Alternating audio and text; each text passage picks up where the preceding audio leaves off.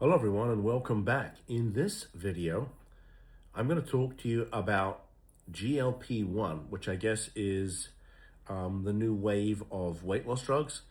In this article, they argue that this weight loss drug could become the new treatment for addiction. They say there's evidence starting to mount that these weight loss products could actually help with addiction. I thought that was a rather interesting article. I'll put a link to it in the description for this video. Evidence is mounting that the wildly popular weight loss medicines known as GLP-1s may also hold potential for treating addiction, and the field may be on the verge of obtaining desperately needed answers through more study. If these drugs turn out to be safe for treatment of substance use disorder, because they are so brutally used for another reason in our society, they would just automatically, de facto, become the most widely prescribed, drug for addiction. And this is Dr. Kyle Simmons, who's a professor of pharmacology and physiology at Oklahoma State University, who studies GLP-1s in addiction. Most of the research on the medicines so far has been in animals, work that has helped elucidate how they might act on reward systems in the brain.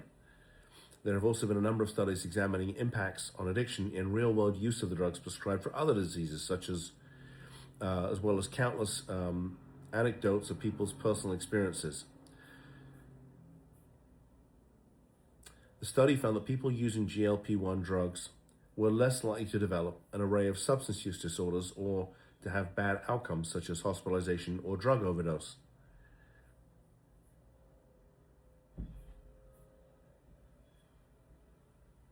One of the most promising aspects of these findings is the evidence for potential protective effects across several types of substance use disorders. The study also suggested that the medicines may help reduce risks for people who already have substance use disorders. Really interesting stuff here. I guess they're saying, look, we got to do more clinical trials here, but I think this is interesting. And I will tell you, when I was very early on in my work in this arena, and there was some talk here in Florida of the state government getting money for MAT, medically assisted treatment, I was concerned that we were just sort of swapping, an opioid for a prescribed medication. And I was actually talking to a group of people at a local library, and I told them what my feelings were about this. And after we were done, a mom came up to me and she said, I heard what you said about MAT, and I have to disagree with you. And I said, well, tell me why.